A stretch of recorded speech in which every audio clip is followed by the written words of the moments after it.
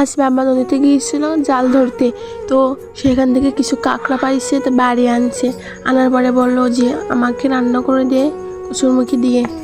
তো যেই কথা সেই কাজ, আমি এখানে কচুরমুখীগুলো ভালো করে পরিষ্কার করে নিয়েছি যাতে কোনো প্রকার খোসা না থাকে। তারপরে আমি কাঁকড়া ভালো করে পরিষ্কার করে নিয়েছি। আর হ্যাঁ, এই কাঁকড়াগুলো কিন্তু অনেক ময়লা থাকে, এর গায়ে অনেক ময়লা থাকে, যার কারণে আমি কুটে ভালো করে ধুয়ে নিয়েছি।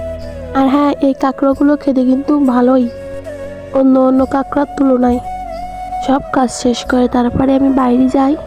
বাইরে যাওয়ার পরে দেখি খুব মেঘ করছে, মনে হচ্ছে এখনই বৃষ্টি নেমে আসবে। বাহিরে যাওয়ার পরে বোন আমার ডেকে বলছে, দিদি আমড়া মাখা খেয়ে যা, আমি আমড়া মাখা করছি। তারপর আমিও চলে গিয়েছি আমড়া মাখা খেতে। উমা, আমি গিয়ে দেখি আমড়া মাখা তো দূরের কথা, এখানে বোন হচ্ছে শুধু আমড়াগুলো করে রাখছে। আর আমি বোনরে বলছি, তুই তো ভালোই আমড়া মাখা করতে পারিস। তারপরে বোন বলছে যে আমার হাতের আমড়া মাখা খেয়ে দেখ।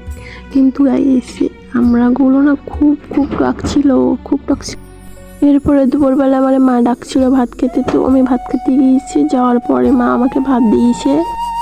এখানে ছিল করলা আর চিংড়ি মাছ ভাজা, তারপরে ছিল আমাদের সে কাঁকড়া আর কচুরমুখী দিয়ে পাতলা ঝোল। কাঁকড়াটা অনেক সুন্দর ছিল, কারণ অন্য অন্য কাঁকড়ার তুলনায় কাঁকড়াই ভালো খেতে।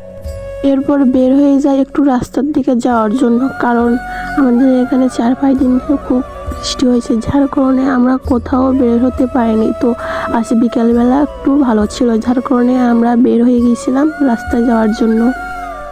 রাস্তায় গিয়ে দেখি রাস্তায় অনেক মানুষ ছিল, কারণ বিগত 4-5 দিন ধরে বৃষ্টি হয়েছে, যার কারণে কেউ ঘরে থেকে বেরোতে পারেনি। বিগত 4-5 দিন ধরে বৃষ্টি হওয়ার কারণে অনেক মানুষের ঘরের সামনে পানি উঠে গিয়েছে।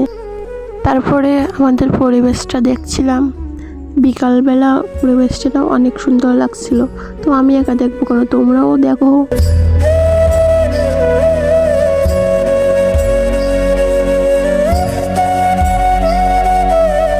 অল্প কিছু সময় রাস্তায় থাকার পরে আবার বাড়ি চলে।